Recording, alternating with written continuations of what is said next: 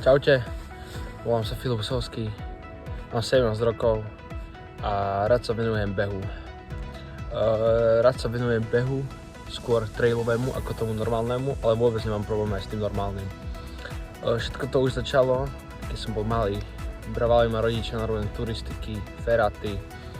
Mal som to vo prírode veľmi blízko, ale viac som to vnímal ako nejakú vášeň mojich rodičov a nie ako moju vášeň, tak som sa aj celkom veľmi zaľúbil futbal.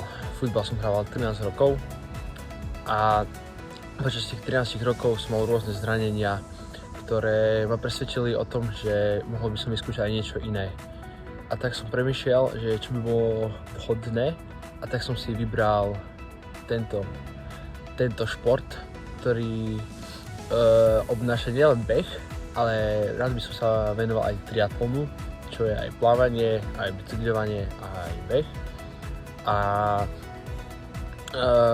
presne na to by som využil aj tento grant, ktorý by som rád využil na bicykel, ktorý potrebujem, ak chcem byť ten triatlonista a dokončiť si môj sen, a to je byť Ironmanom.